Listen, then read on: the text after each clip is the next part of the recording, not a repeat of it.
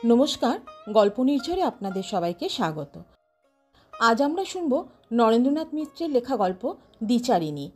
দ্বিচারিণী গল্পে এক গৃহকর্মিনীর জটিল পরিস্থিতি ফুটে উঠেছে। দুইটি পরিবারের মাঝে সে কাজ করার কারণে হঠাৎ করেই দুইটি পরিবারের প্রতিযোগিতার কেন্দ্রবিন্দুতে পরিণত হয়। সেই দুই পরিবার তাকে উপহার দেয়, সিনেমায় নিয়ে যায় বা বিশেষ সুবিধা প্রদান করে, কিন্তু মূলত তারা একে অপরের সঙ্গে তুলনা ও প্রতিযোগিতার উদ্দেশ্যেই সেটা করে। গল্পটি সমাজের প্রতিযোগিতা, মানুষের মানবিক মূল্যবোধের ক্ষীণতা তুলে ধরে। চলুন শুরু করি আজকের গল্প দ্বিচারিণী। বৌঠাওরেন, শোনেন, এইটা কি ৩৩ নম্বরের বাড়ি? কোলের ছেলেকে ঘুম পাড়াবার জন্য তার পিঠ চাপড়াবার সঙ্গে সঙ্গে গুনগুন করতে করতে মমতা সদর দরজা পর্যন্ত এসেছিল। ডাক শুনে বাইরের দিকে মুখ ফেরালো। ২৫-২৬ বছরের একটি বউ তাদের একেবারে দোরের সামনে এসে দাঁড়িয়েছে। পরনে নীলপেড়ে খাটো শাড়ি, আঁচলে মাথা সবটুকু ঢাকেনি, সিঁথিতে মোটা সিঁদুরের দাগ, কপালে ছোট্ট সুগোল ফোঁটা, দুহাতে দুগাছা মোটা মোটা শাখা আর গাছ দু করে কাচের চুড়ি। দেখলেই বোঝা যায় নিম্ন শ্রেণীর গৃহস্থরের বউ। গায়ের রং ময়লা, চেহারাও একটু রোগাটে, কিন্তু ওরই মধ্যে মুখে বেশ একটু লক্ষ্মীশ্রী আছে। নাক চোখ তেমন চোখা চোখা না হলেও মুখের গড়নটুকু ভারী মোলায়েম, কথা বলবার ধরনটুকুও বেশ মিষ্টি। মমতা একটু এগিয়ে এসে বলল, হ্যাঁ, এবারই নাম্বারই ৩৩, কেন বলো তো? সে কথার জবাব না দিয়ে বউটি আবার জিজ্ঞাসা করল, আর এবাড়ির কর্তার নাম বুঝি নীরদবরণ মুখুজ্জে? হ্যাঁ, কেন, তাকে দরকার কি তোমার? বউটি এবার ঠোঁট টিপে একটু হাসল, বলল, না, তাকে না, তার পরিবারের নামে চিঠি দিয়েছেন বৌদিদি, আপনার কাছেই পাঠাইয়া দিছেন, এই নেন চিঠি। নিজের নাম ঠিকানা লেখা ভাঁজ করা এক টুকরো কাগজ বউটির কাছ থেকে হাত বাড়িয়ে নিতে নিতে মমতা আবার একটু হাসল, বলল, আমি যে তার পরিবার তুমি কি করে বুঝলে? এ বাড়িতে আরও তো ভাড়াটে আছে। বউটি মৃদু হেসে বলল, আমারে ভোলায়েন কেন বৌঠান, আপনারে দেখাই বুঝতে পারছি আপনি ক্যাডা। মমতা ততক্ষণে চিঠির ভাঁজ খুলে পড়তে শুরু করেছে। ভাই মমতা, সেদিন সিনেমা দেখতে গিয়ে তুমি একটা ঝির কথা বলেছিলে, কিন্তু নতুন কোনো ঝি অনেক খোঁজাখুঁজি করেও পেলাম না। তোমার অসুবিধার কথা ভেবে আমাদের তরঙ্গকেই শেষ পর্যন্ত পাঠালাম। পুরোপুরি নয়, আধা আধি। মাস দেড়েক হলো আমাদের বাসায় ও কাজ করছে, কিন্তু এক জায়গায় কাজ করে ওর পোষাবে কেন? আরেকটা কাজ ওকে জুটিয়ে দেবার জন্যে কদিন ধরেই আমাকে ভারী ধরাধরি করছে। এদিকে তোমারও ঝিয়ের দরকার। ভাবলাম ভাগ যদি কাউকে দিতেই হয় তোমাকে দেওয়াই ভালো। তরঙ্গরও ইচ্ছা আমাদের জানাশোনা ও আমাদের মতো ভদ্রলোকের বাড়িতেই ও আরেকটা কাজ পায়। আমি তাকে বলেছি, কেবল আমাদের মতো নয়, আমাদের চেয়েও বেশি ভদ্রলোকের বাসায় পাঠাচ্ছি তোমাকে। কথাবার্তা বলে ঠিক করে নিও। আমরা 12 টাকা করে দিচ্ছি। বাসন মাজা, জল তোলা, বাটনা বাটা, কয়লা ভাঙা সবই করে। স্বভাব চরিত্র বেশ ভালো, দুদিন দেখলেই বুঝতে পারবে। ইতি অসীমা মৈত্র। চিঠি পড়া শেষ করে মমতা উৎফুল্ল স্বরে বলল, ও তাই বলো, অসীমা পাঠিয়েছে তোমাকে? এসো, ভিতরে এসো, কাণ্ড দেখো অসীমার। এখান থেকে এখানে তার জন্য আবার মুন্সিয়ানা করে একটা লম্বা চিঠি পাঠিয়েছে। আচ্ছা, চিঠি লেখার বাতি কর। এসো তরঙ্গ। নতুন ঝিকে নিয়ে মমতা বাসার ভিতর ঢুকল। মনটা ভারী খুশি হয়েছে মমতার। অনেক দিন ধরেই ঝির কোচ করছিল, কিন্তু পছন্দমতো কিছুতেই মিলছিল না। এই নিয়ে স্বামী দেওরের সঙ্গে মমতার ঝগড়া পর্যন্ত হয়ে গেছে। তার ফলে দু একটি বুড়ি ঝিকে তারা ধরেও এনেছে দু একবার, কিন্তু তাদের চেহারা আর চালচলন দেখেই সঙ্গে সঙ্গে তাদের বাতিল করে দিয়েছে মমতা। কি দেমাকের কথাবার্তা! ঝি তো নয়, যেন বাজার ঝি। তাছাড়া 15-16 টাকার কমে কেউ রাজিও হয়নি। অত টাকা কি ঝির পেছনে খরচ করা যায়? সেদিন রূপশ্রী সিনেমায় বন্ধু অসীমার সঙ্গে দেখা, কথায় কথায় তার কাছে নিজের কষ্টের কথাও বলেছিল মমতা। ঝি চাকরির অভাবে দুর্ভোগের সীমা নেই তার। অসীমা তাকে ভরসা দিয়েছিল, আচ্ছা ঝি তোমাকে যেমন করে হোক পাইয়ে দেব। সপ্তাহ ঘুরতে না ঘুরতে নিজের বাসার ঝি পাঠিয়ে কথা রেখেছে অসীমা। সত্যি এমন বন্ধু আর হয় না। বারান্দায় একটা ছোট্ট মাদুর পেতে তরঙ্গকে বসতে দিল মমতা, কিন্তু তরঙ্গের ভারী কুণ্ঠা। সংকোচের সঙ্গে একপাশে এসে বলল, আবার মাদুর কেন বৌঠারেন? আমাকেও বসবার জন্যে আবার মাদুর লাগে নাকি? মাটিতেই তো বসতে পারতাম। মমতা বলল, কেন মেঝেয় বসবে না কেন? ভালো হয়ে উঠে বসো। তা কোথায় থাকো তুমি? কে কে আছে? নারকেলডাঙ্গার রিফিউজি ক্যাম্পে থাকে তরঙ্গরা। স্বামী আছে, কিন্তু থাকলে কি হবে? 6 মাস যাবৎ শয্যাশায়ী। রোগ কি আর একটা দুটো? হাঁপানি আছে, অম্বলের দোষ আছে, ক্যাম্প থেকে রেশন দেয়, বাজার খরচ দেয়, কিন্তু রোগীর খরচ 5 মাস তা তো মেটে না। তাছাড়া ভবিষ্যতের কথাও ভাবতে হবে। সেই জন্যই তরঙ্গ বেরিয়েছে কাজে। স্বামী কুঞ্জ দাস প্রথমে খুঁতখুত করেছিল, কিন্তু তরঙ্গ মোটেই আমল দেয়নি। বলছে, তুমি সাইরা ওঠো, রোজগারপত্তর করো, আমি তখন আর বাইর হব না। কিন্তু এখন মানের ভয়ে সুপ কইরা বাসায় থাকলে তো চলবে কেমনে? তোমার দুধটুকু চাই, কমলাটা চাই, বেদানাটা চাই, তা তো আর ক্যাম্প দেবে না। টাকার দরকার না হয় তার জন্যই। তরঙ্গ মমতাকেই জিজ্ঞাসা করল, কি বলেন বৌঠারেন, ঠিক কই নাই? মমতা ঘাড় নেড়ে জানালো, ঠিক কথাই বলেছ তরঙ্গ। তারপর আরও অনেক খবর সংগ্রহ করল মমতা। ফরিদপুর জেলার খড়িশার গায়ে তরঙ্গদের বাড়ি। যাতে তাঁতি, কিন্তু বাপের বাড়ি কি শ্বশুর বাড়ি কাউকে সে তাঁত বুনতে দেখেনি। বাপের বেনেতির দোকান ছিল, আর স্বামী হাটে বাজারে গামছা বিক্রি করত। কিন্তু রোগে রোগে শরীর এত খারাপ হয়ে পড়ল তার, যে গামছার মোট মাথায় করবার শক্তি রইল না। বসে থাকলে খাওয়াবে কে? এদিকে ধানের মন 20 টাকা 25 টাকা। লোকের মুখে মুখে খবর গেল কলকাতা শহরে নাকি গরিব দুঃখীদের থাকা খাওয়ার সরকারি ব্যবস্থা হয়েছে। সেই ভরসায় পাড়াপড়শিদের সঙ্গে সঙ্গে তরঙ্গরাও এসে পড়েছে শহরে। কিন্তু পরের পয়সায় বসে বসে খাওয়া ভালো লাগে না তরঙ্গ। স্বামী একটু সুস্থ হয়ে কাজকর্ম করতে পারলেই সে ক্যাম্প ছেড়ে দেবে, ভদ্রলোকের মতো স্বাধীনভাবে থাকবে আলাদা বাসা করে। বলতে বলতে হঠাৎ যেন খেয়াল হলো তরঙ্গর। অপ্রতিভ স্বরে বলল, ও মা, গল্পে গল্পে বেলা তো মাইরা ফেললাম বৌঠাউরেন। আসল কাজের কথা কিছু শুনলাম না। কি কি করতে হবে কয়েন? মানুষ কজন আপনারা? মমতা বলল, কাজের জন্য ভেবো না। অসীমাদের বাসায় যে কাজ এখানেও তাই। আর লোকের মধ্যে যে মুখুজ্জে মশাইয়ের নাম মুখস্থ করে এসেছিলে সেই ভদ্রলোক, তার ভাই, আমি আর আমাদের এই দোলন। ঘরের মধ্যে দোলনায় ঘুমন্ত ছেলেকে দেখিয়ে দিয়ে মমতা বলল, এবার গুনে দেখো তরঙ্গ, কজন হলো? তরঙ্গ লজ্জিত স্বরে বললে, কি যে কয়েন বৌঠাওরেন, মানুষ কি আবার গোনে? কাজের সুবিধার জন্যই জিজ্ঞাসা করছিলাম কথাটা। ভালো কথা। আগে আপনাগো বাসায় কাজ করব, না ওনাগো বাসায় কাজ সাইরা তারপর আসবো আপনাগো এখানে? মমতা বলল, সে তোমার যেমন সুবিধা তেমন করো। তারপর একটু হেসে বলল, অসীমারা পুরনো মনি, তাদের কাজই তো আগে করা ভালো, তাই না? তরঙ্গ বলল, না বৌঠাওরেন, তেনারা তেমন মানুষ না। আমি নিজের ইচ্ছা মতো যাই আর আসি, কাজকর্ম করি, কেউ কোনো কথা কয়েন না। দাদাবাবুর মতো এমন মানুষ আর হয় না, একেবারে মাটির মানুষ। আর দিদিমণি কলেজে পড়লে হবে কি? কোনো দ্যামাক নাই, অহংকারও নাই। মমতা বাধা দিয়ে বলল, দিদিমণি মানে সুধাংশুবাবুর পিস্তুত বোন ইলা, তাই না? তরঙ্গ বলল, হ্যাঁ, তিনিই বৌঠাওরেন। ভারী সাদা সিধে, মেজাজও খুব ঠান্ডা, এদিকে ফুর্তিও আসে। প্রথম যেদিন কাজ আরম্ভ করি ঠিক আপনারই মতো নাম ধাম, কে আসে না আসে সব খুঁইটা খুঁইটা জিজ্ঞেস করলেন।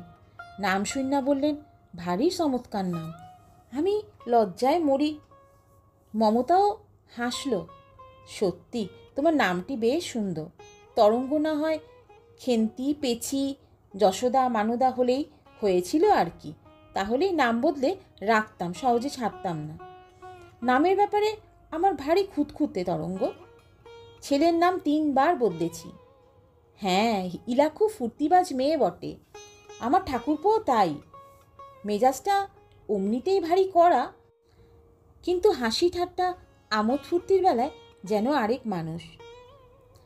পরদিন থেকে মমতাদের বাসায় ও কাজ শুরু করলো তরঙ্গ। বাথরুম আর মমতাদের রান্নাঘর একেবারে পাশাপাশি। জল তোলায় তেমন কোনো কষ্ট নেই। খুব বেশি বাসনপত্র ব্যবহার করে না মমতারা। এদিক থেকে ভারী বিবেচনা তাদের, কিন্তু সবচেয়ে বেশি বিবেচনা তরঙ্গর নিজে। কাজে কোনো রকম গাফিলতি নেই তার। নিখুঁতভাবে কাজ করে। তার কাজ, তার পরিষ্কার পরিচ্ছন্নতা দেখে কেবল মমতা নয়, নীরদ, নির্মল 2 ভাইও খুব খুশি। এমন ঝি আর হয় না। তরঙ্গ কেবল বাইরের কাজই করে না, অবসর পেলেই ঘরের ভিতরে ঢুকে তাকগুলো গুছিয়ে রাখে, ঝেড়ে পুছে পরিষ্কার করে 2খানা ঘরের মেঝে, দেওয়ালের কোথাও একটু মাকড়সার জাল জমবার জো নেই। তরঙ্গর চোখ পড়লেই নারকেলের শলা দিয়ে সে তা ঝেড়ে ফেলে। মমতা একদিন বলল, দূর থেকে দেখলে তোমাকেই কিন্তু ঘরের বউ বলে মনে হয়, যেন নিজের ঘরই সাজাচ্ছ গোছাচ্ছ।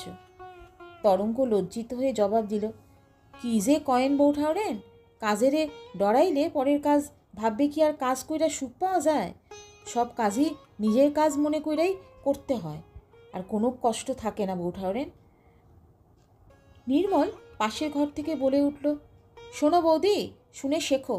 বছর 7 বিয়ে হয়েছে তোমার, এতদিনেও শ্বশুরবাড়িকে নিজের বাড়ি বলে ভাবতে শিখলে না। অফিস বাড়ির মতো দায়সারা কাজ করো। আর তরঙ্গ 2 দিনেই কেমন। মমতা হাসি চেপে জবাব দিল, আচ্ছা আচ্ছা, কলেজে পড়া পাশ করা বউ এসে কেমন কাজকর্ম করে দেখব। তরঙ্গ ফিসফিস করে বলে, ও বাসার ইলা দিদিমণির সঙ্গে কিন্তু আমাগো ছোটোবাবুরে চমৎকার মানায়। কলেজে পড়লে হবে কি, কোনো দেমাগ টেমাগ কিছু নাই তার। মমতা হাসে, আমার কাছে কেন, যাও ওই ছোটো দাদাবাবুটির কাছে গিয়ে বলে এসো কথাটা। সপ্তাহখানেক বাদে অসীমা একদিন জিজ্ঞাসা করল, ও তরঙ্গ, নতুন মনিব বাড়ির কাজকর্ম কেমন লাগছে? কেমন লোক তারা, বললে না তো? লজিকের পাতা উল্টাতে উল্টাতে অসীমার ননদ ইলা জবাব দিল, না বলে না আবার, আমাদের তরঙ্গ ও বাসার প্রশংসায় দিনরাত একেবারে পঞ্চমুখ। তরঙ্গ বলে, মিথ্যা তো কই না বৌদি, ও বাসার বউঠাউরের সত্যিই ভারী চমৎকার মানুষ, একেবারে আপনজনের মতো ব্যবহার। আর দাদাবাবুরাও খুব সুনজরে দেখেন আমারে। ছোটো দাদাবাবু তো সেদিন চা পর্যন্ত খাইলেন আমার হাতে। বললেন কি, আমরা জাত বিচার মানি না তরঙ্গ, চা কেন, তোমার হাতের ভাতও খাইতে পারি। ভারী ফুর্তিবাজ মানুষ, ঠিক আমাগো দিদিমণির মতো। চমৎকার মানায় 2 জনেরে। মুখ লাল করে ইলা উঠে গিয়ে লজিক নিয়ে বসল। অসীমা হাসতে লাগলো মুচকি মুচকি। প্রস্তাবটা একেবারে অসম্ভব নয়। মমতারা বাটা আর অসীমারা বারেন্দ্র, কিন্তু আজকাল তাতে বিয়ে আটকায় না।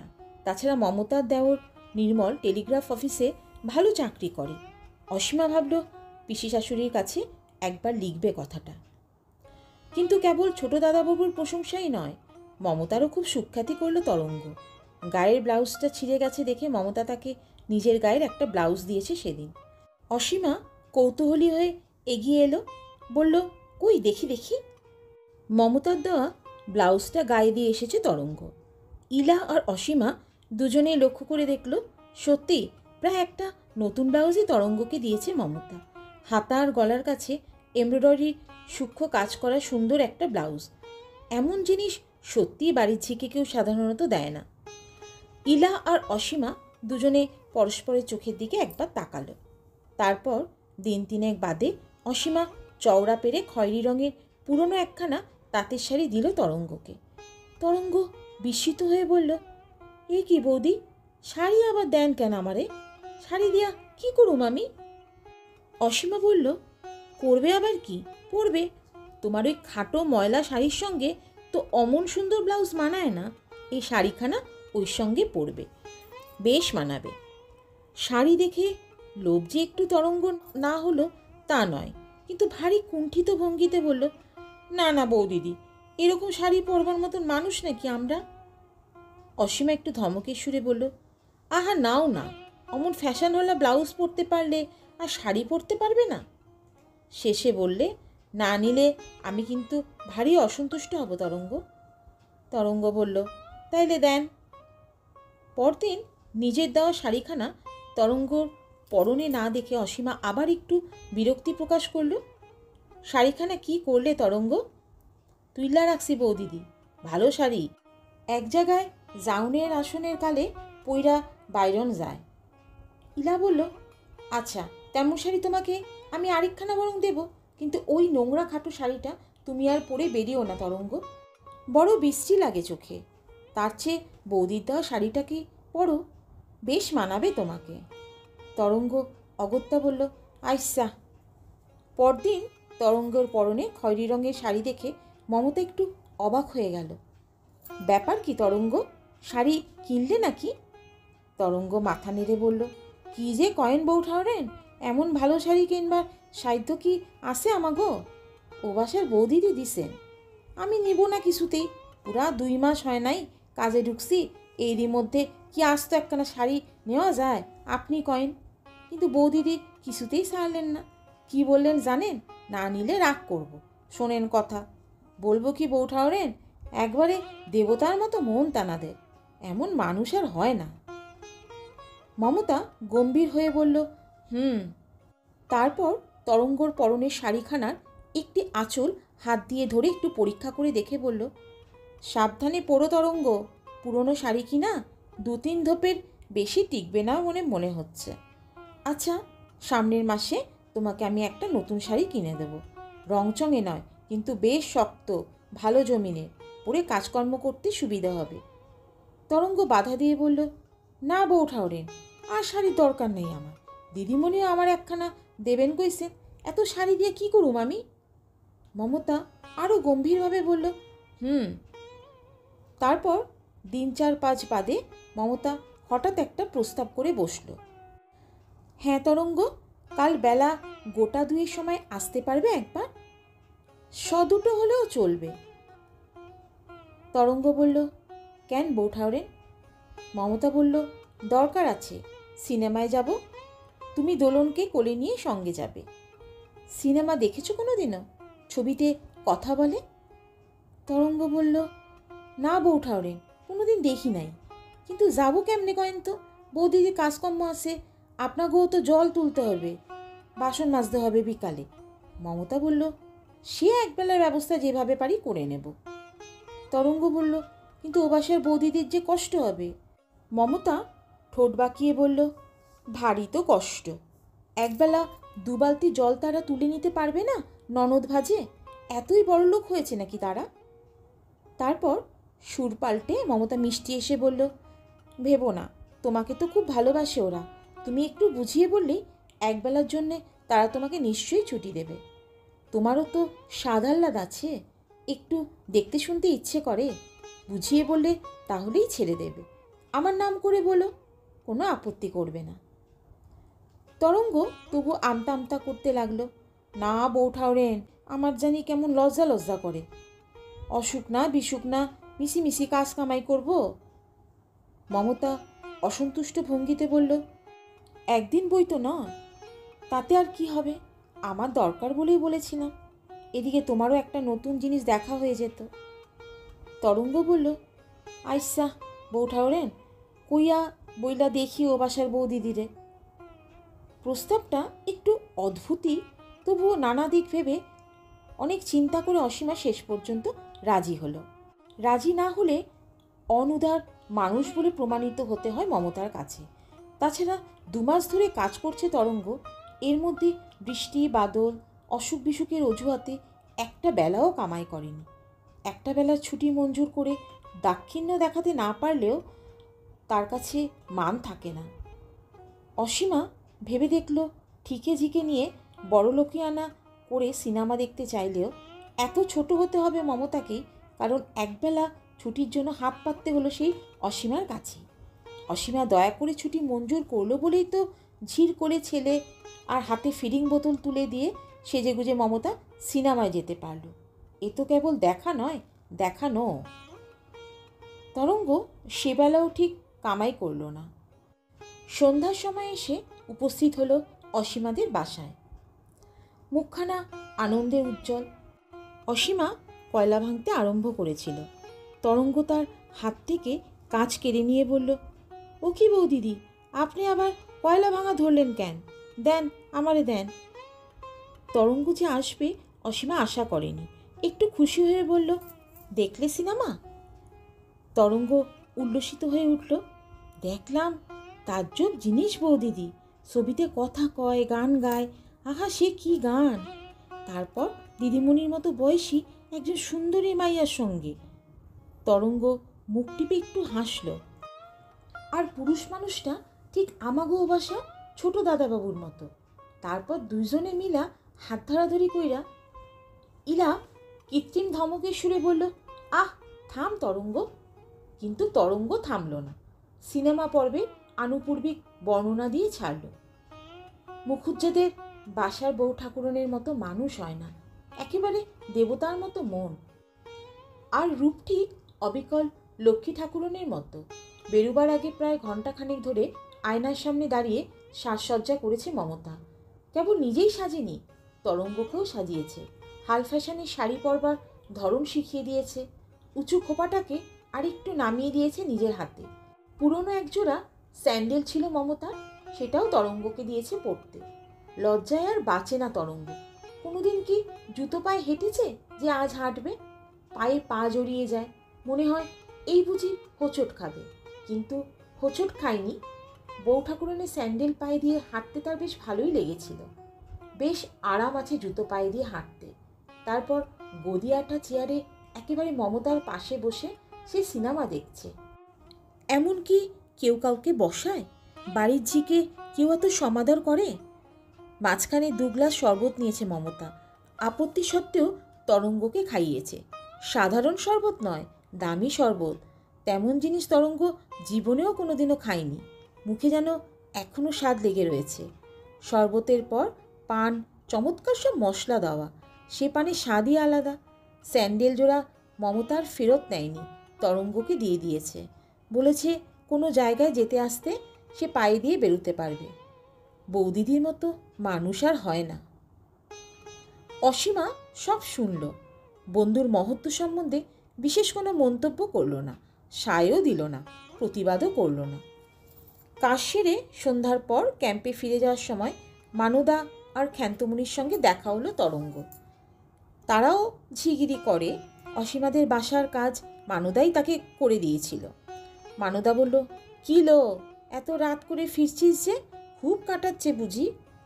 তরঙ্গ জবাব দিল, আমারে আবার খাটাবে কাটারে? আমি নিজে ইচ্ছা করেই খাটি।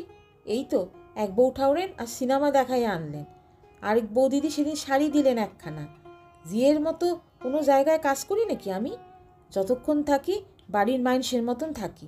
বউ ঠাউরেনরা একেবারে আসল ননদের মতো দেখেন আমারে। ক্ষান্তমণি হেসে বলল, মরণ কথা শোনা আমাগো তরঙ্গুর। এসব হলো ওদের খাটিয়ে মারবার কায়দা রে। এখনও আপন বুঝে চলতে শেখ, ফাঁকি দিতে শেখ, নইলে খেটে খেটে মুখে রক্ত উঠে মরে যাবি আবাগি। এসব কথা ক্ষান্তরা আগেও তরঙ্গকে অনেকবার বলেছে, কিন্তু তরঙ্গ মোটেই সে কথা কানে তোলেনি। এরা যা বলে বলুক, তরঙ্গ তাদের মতো পেশাদার ঝি নয়। সে গৃহস্থ ঘরের বউ। অভাবে পড়ে ভদ্র গৃহস্থ বাড়িতে সে কাজ নিয়েছে। তারাও কেউ তাকে ঝিয়ের মতো দেখেন না, বাড়ির লোকের মতোই আদর যত্ন করেন। 2 বাসাতেই তরঙ্গর খ্যাতি। এমন সমাদর সম্মান কোনো ঝি কোনো বাড়িতে পায় না। কেবল সমব্যবসায়িনী ঝিদের কাছে নয়, ক্যাম্পে ফিরে এসে রুগ্ন স্বামী আর বৃদ্ধা শাশুড়ির কাছেও তরঙ্গ 2 মনিব বাড়ির গল্প করে। বউ ঠাকুরন আর বৌদিদির রূপে গুণে একজন লক্ষ্মী আর একজন সরস্বতী। কুঞ্জ বিছানায় শুয়ে কমলালেবুর কুয়া ছাড়াতে ছাড়াতে রোগশীর্ণ মুখে হাসে আর বলে, আর তুই বুঝি একজনের প্যাঁচা আরেকজনের হাঁস? কিন্তু মুখে যতই তামাশা করুক, স্ত্রীর গুণে কুঞ্জ মুগ্ধ। এমন লক্ষ্মী বউ আর হয় না। দু জায়গায় কাজ করে দুই মনিবের মন রক্ষা করে তরঙ্গ তাকে রুটি, মাখন, বেদানা, কমলালেবু এনে খাওয়ায়। এদিকে সুখ্যাতিও পায় দুই মনিবের বাসায়। ক্যাম্পের আরও কত বৌঝিরা তো বাবুদের বাসায় ঝিগিরি করে। কতজনের নামে কত অভিযোগ, কত খিচখিচ। কেউ কাজে গাফিলতি করে, কারো হাত টানের দোষ আছে। বাসায় সমস্ত ছেলেদের সঙ্গে কেউ বা ফষ্টিনষ্টি করবার দোষে ধমক খায়।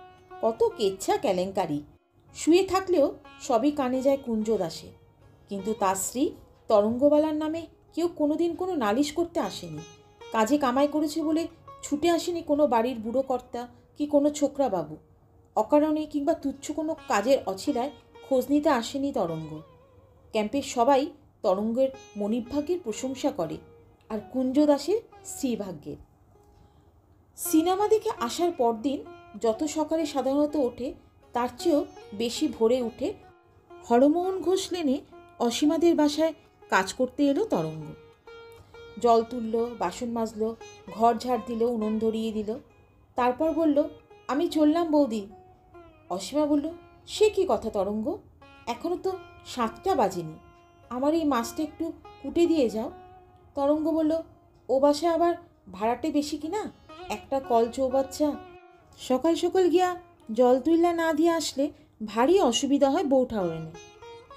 অসীমা হাসি মুখেই বলল, সুবিধা অসুবিধা তো সবারই দেখতে হয় তরঙ্গ। তাছাড়া অন্যদিন তো বলি না, আজ তোমার দাদাবাবুর দুজন বন্ধুকে খেতে বলা হয়েছে, তাই একটু কাজকর্ম বেশি। কাল কয়লা ভাঙতে গিয়ে হাতে ফোসকা পড়েছে, নইলে আমিই তো কুটে দিতাম মাছটা। তাছাড়া তোমরা মাছের দেশের মানুষ, বড় মাছ টাছ কুটতে ভালোবাসো, জানো ভালো, তাই ভাবলাম। সুধাংশু গালে সাবান মেখে আয়নার সামনে দাড়ি কামাচ্ছিল, বলল, হ্যাঁ তরঙ্গ, তুমি কুটে দিয়ে যাও মাছটা, এত বড় পোনা তোমার বৌদি দিশে পাবে না, নষ্ট করে ফেলবে। তারপর স্ত্রী আর বোনের দিকে তাকিয়ে মৃদু হেসে বলল, মাছ তোমাদের চাইতে আমাদের তরঙ্গ কোটে ভালো। সেদিন চিতল মাছ কাটার ধরন দেখেই বুঝতে পেরেছি, কোটা খারাপ হলে মাছের অর্ধেক স্বাদই চলে যায়। কেবল লেখাপড়া শিখলেই হয় না, মাছ কাটা আলাদা একটা আর্ট। তরঙ্গ ছাড়া এত দামি মাছ আমি কাউকে ভরসা করে দিতে পারবো না। অসীমা বলল, ওই শোনো, শুনলে তো? প্রশংসায় খুশি হয়ে তরঙ্গ মাছ কুটতে বসল। কুটতে ধুতে প্রায় ঘণ্টাখানেক লেগে গেল। তারপর সুধাংশুর অনুরোধে নুন মশলা মেখেও দিতে হলো মাছে, তাতেও গেল খানিকক্ষণ। প্যারীমোহন সুরলেনের মমতাদের বাসায় এসে পৌঁছল তরঙ্গ প্রায় বেলা তখন 7:30। তার আগেই মমতার জল তোলা দরকার। অন্য ভাড়াটেদের বউরা কলঘরে গিয়ে ঢুকেছে। মমতা বলল, আজ এত দেরি করলে যে তরঙ্গ? জানো তো সকাল সকাল না এনে জল তোলার কত অসুবিধা, 5 জনের ভাড়াটে বাড়ি। তরঙ্গ বলল, ও বাসায় আবার দাদাবাবুর দুজন বন্ধু খাবেন কি না, তাই মাছ টাছ কুটে দিয়ে আসতে দেরি হলো। মমতা বলল, তুমি ওদিকে মাছ কোটো আর এদিকে জল টেনে টেনে আমার হাত ব্যথা হোক। কেবল একজনের সুখ সুবিধা দেখলেই তো চলে না তরঙ্গ, সকলের সুবিধা অসুবিধাই দেখতে হয়। এতটুকু কড়া কথাও কোনোদিনও শোনেনি তরঙ্গ।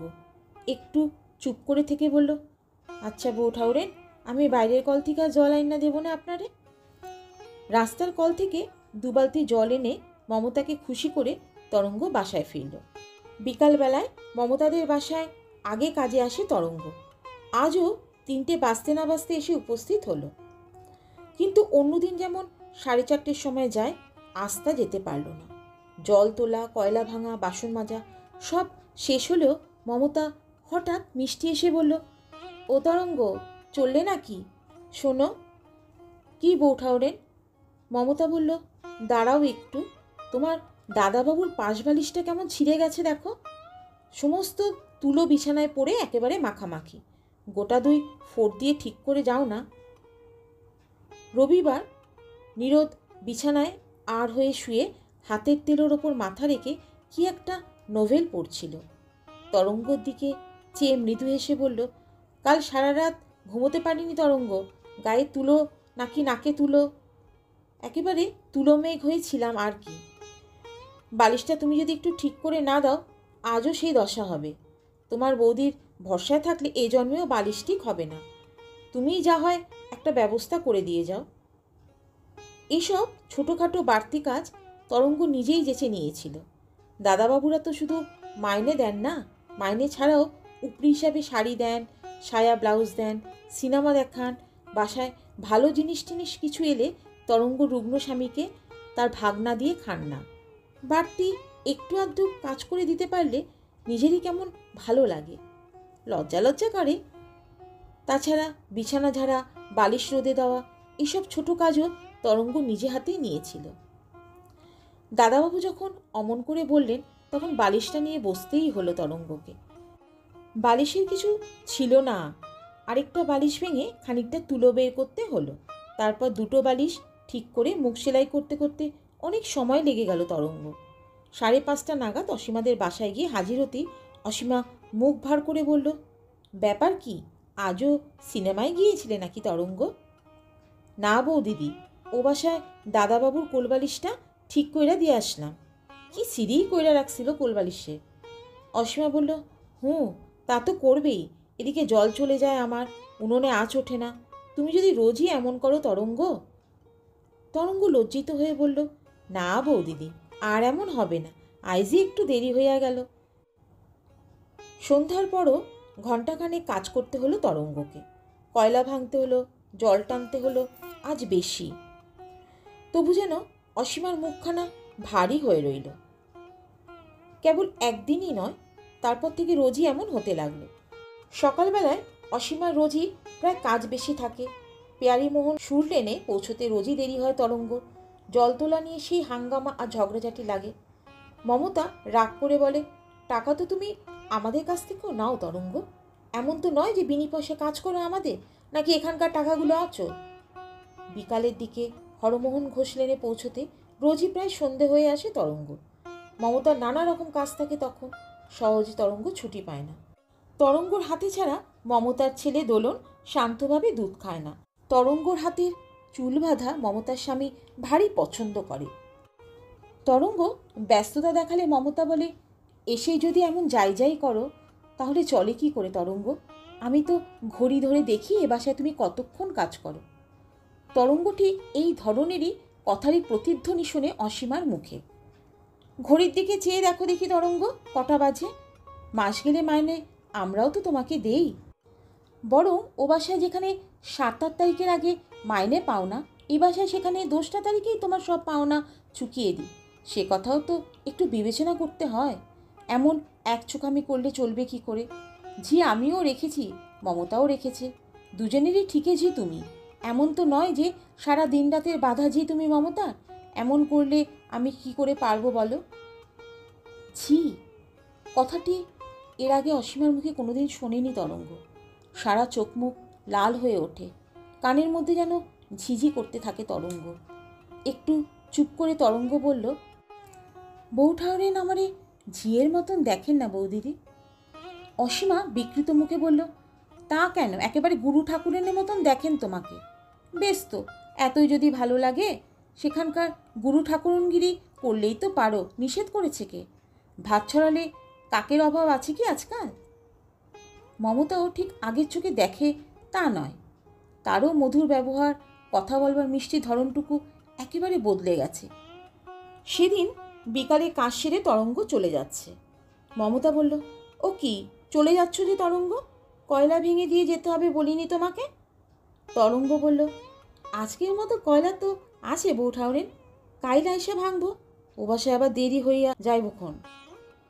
মমতা মুখ ঝামটা দিয়ে বলল, এসেই কেবল ও বাসা আর ও বাসা, এ বাসায় বুঝে মন টেকে না, তাই না তরঙ্গ? আমার কাজকে আর কাজ বলে গ্রাহ্য হয় না। বেশ তো, অসীমাদের বাসায় যদি এতই মধু, সেখানে দিনরাত লেগে থাকলেই পারো। তোমায় তো জোর করে আটকে রাখিনি এখানে কেউ। যদি না পোষায় কাজ ছেড়ে দিলেই তো হয়। মাসে মাসে 12টা করে টাকাও গুনবো, আর এদিকে কাজে তুমি দিনের পর দিন গাফিলতি করবে, তা আমি সইতে পারবো না। একটু চুপ করে মমতা আবার বলল, টাকা বড় চিজ তরঙ্গ, বড় কষ্ট করে ঘরে আনতে হয়। 14 হাত মাটি খুললে একটা পয়সা বেরোয় না, জানো তো? তরঙ্গ একটু চুপ করে থেকে বলল, আপনি এসব বলছেন, ও বাসার বৌদি কিন্তু। রাগে আরও জ্বলে উঠে মমতা বলল, শুনেছি শুনেছি, ও বাসার বৌদি দুধ দিয়ে মুখ ধুয়ে দেন তোমায়, তিনি একেবারে ভালো মানুষের গোড়া। তরঙ্গ কদিন থেকে লক্ষ্য করছে এ বাসার বউ ঠাকুরন ও বাসার বৌদিদির সুখ্যাতি ঠিক আগের মতো শুনতে পারে না। ও বাসার বৌদিদিও যে এ বাসার বউ ঠাকুরনের প্রশংসা শুনলে খুশি হয় তাও নয়। একটু চুপ করে থেকে তরঙ্গ বলল, আমি তা বলছিলাম না বউ ঠাউরেন, বলছিলাম আপনার এখান থেকে যাইতে একটু দেরি হইয়া গেছিল দেখা কি গাইলনটাই না গাইলেন তিনি। আপনার বাসায় নাকি আমি বেশি কাজ করি, তার কাজে ফাঁকি দেই। মমতা বলল, তাই নাকি? এসব কথা বলেছে নাকি অসীমা? তা তো বলবেই, চিরকালই ওর ওই রকম কুদুলে স্বভাব, আর কথা একেবারে চাঁচা ছোলা, কোনো রকম মিষ্টত্ব নেই মুখে। তরঙ্গ লক্ষ্য করল বেশ একটু সহানুভূতি আর অন্তরঙ্গতার ভাব এতক্ষণ বাদে মমতার মধ্যে ফের আবার দেখা যাচ্ছে। তরঙ্গ উৎসাহিত হয়ে বলল, মিষ্টি কথা তো দূরে থাও, এমন মুখ খারাপ কইরা গাইল দিলেন যে কি কব বউ ঠাউরেন, সেই সব কথা ভদ্রলোক কেন আমাগো মতো ঝি চাকরের মুখ দেহ বাইর হয় না। মমতা বলল, ভদ্র অভদ্র জাতের মধ্যে লেখা থাকে না তরঙ্গ, মানুষের স্বভাব ব্যবহার চালচলনই তা বোঝা যায়। অসীমার মুখ যে কি একখানা বস্তু তা আমার জানতে বাকি নেই। ফেরার সময় মনটা একটু খচখচ করতে লাগলো তরঙ্গ। এর আগে একজনের কথা আরেকজনের কাছে সে লাগায়নি, কাজটা ভালো নয়, আজ বড় মুখ আলগা করেছে, বড় বাড়াবাড়ি করে ফেলেছে। কিন্তু সেই সঙ্গে মনে পড়ল অনেক দিন বাদে মমতা তার সঙ্গে ভালোভাবে মন খুলে কথা বলছে, আর কথায় কথায় কয়লা না ভেঙে চলে আসারও কোনো বাধা দেয়নি বা আপত্তিও করেনি। সামান্য দেরি হওয়ার জন্য অসীমা যখন আজও তাকে বকুনি দিল, খোঁটা দিল কাজ ফাঁকি দেওয়ার, তখন মন আর ভালোবাসা পাওয়ার নতুন অস্ত্রটি এখানেও প্রয়োগ করল তরঙ্গ। কি করুন কয়েন বৌদিদি, কাজ হইয়া গেলেও নানান ছল ছুতায় ও বাসায় বউ ঠাউরেন আটকাইয়া রাখেন আমারে, ইচ্ছা কইরা দেরি করাইয়া দেন। অসীমা বলল, তা তো দেবেই, আমি তাকে নিজে সেদে ঝি জোগাড় করে দিয়েছি যে, তার শোধ নেবে না? মানুষের উপকার করতে নেই তরঙ্গ, অনেক মেয়ে দেখেছি, কিন্তু মমতার মতন এমন হিংসুটে মেয়ে আমি আর দুটি দেখিনি। জিলেপির প্যাচ ওর মনের মধ্যে। তরঙ্গ বলল, আর যা মুখ বৌদিদি, কব কি আপনারে, কাজ তো আপনার বাসায়ও করি, দোষ তিরুটি হলে আপনিও ধমক টমক দেন, কিন্তু এ যা মুখ, আও আও, এমন মুখ খারাপ করতে আমরাও পারবো নি বৌদিদি। অসীমা বলল, মুখ মমতার চিরকালই খারাপ।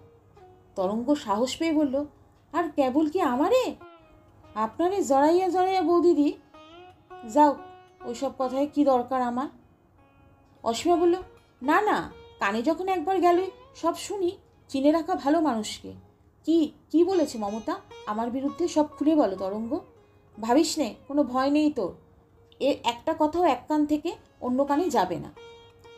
থাক থাক, ওটুকু হলুদ আমি নিজেই বেটে নেব, তুই বল।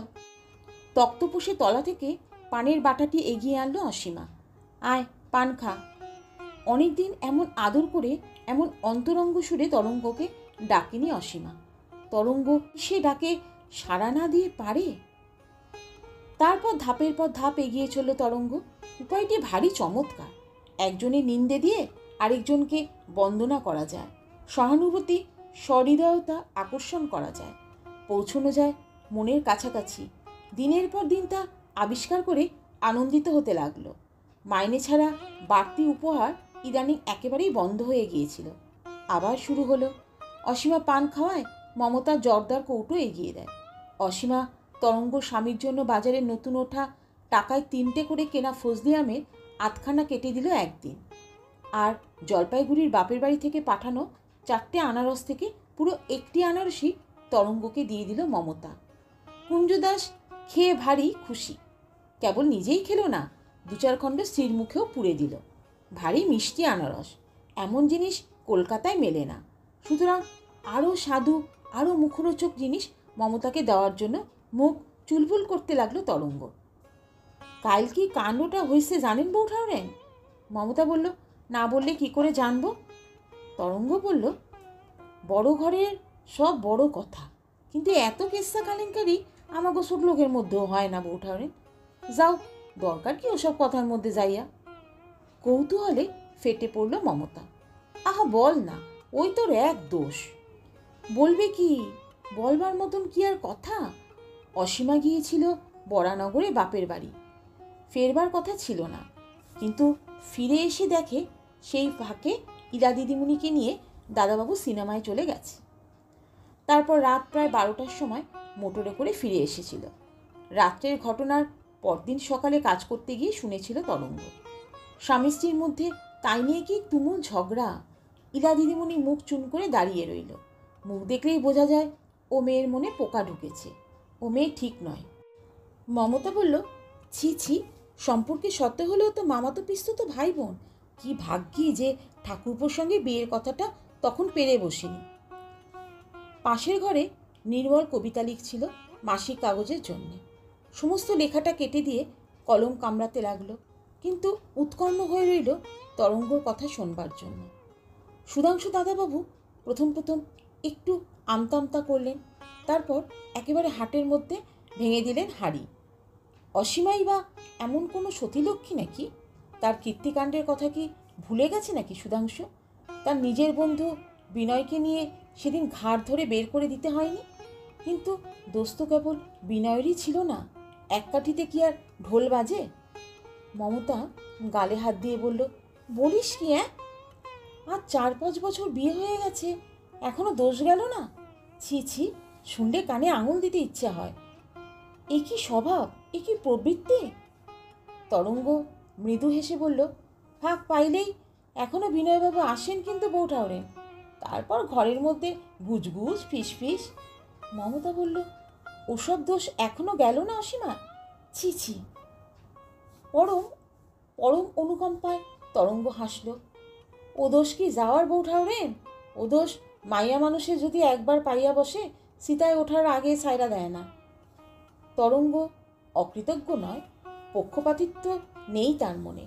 অসীমার ফজলিয়ামের স্বাদটুকু ভালোই ছিল, সুতরাং তাকেও বঞ্চিত করল না। বিকালের কাজ সেরে বাসায় যাওয়ার আগে অসীমাকে একান্তে ডেকে বলল, এমন কেলেঙ্কারি কাণ্ড যে ভদ্রলোকের ঘরে হয় তা আমার জানা ছিল না বৌদিদি।